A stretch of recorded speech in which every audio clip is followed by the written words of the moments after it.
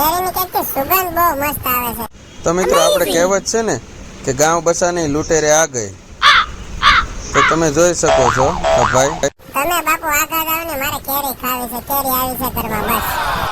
હજી તો કેરી સુધારે ત્યાં તો મેળો આમથી આમ ધડાધડી બોલાવો, મને આપી જાઓ, મને આપી જાઓ.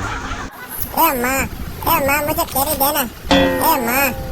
એ હિન્દી ગુજરાતીમાં બોલ ની. મને કેરી આપો ને, કેરી બહુ મસ્ત મીઠી હોય એવું લાગે છે હો. લાવો લાવો, આપો ને મને. આપો ને.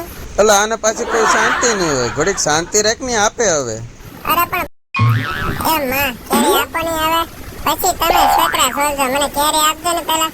આહાહા, એટલી મસ્ત છે.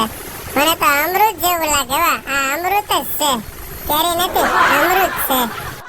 એ અમૃત વાળી બહુ કેરી ખાધી હો, પછી અમારા ભાગમાં રવા દેવાનું.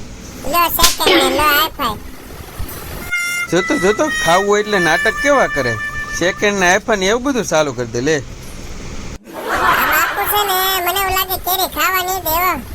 આ મને ફટાફટ થોડું ખવડાવી દે તો સારું. જો ભાઈ, કેરીના ભાગ છે ને બધા હરખા પાડી દો. મને છે ને હારીની આ કેરી ભાળીને તો આમ ભૂખ વધારે લાગવા મળે. આપો ફટાફટ, આપો જલ્દી. સોલાને પડે છે ને બધી, મને આપવા મળો ફટાફટ. બસ ઓ ભાઈ, એ અમારી છે.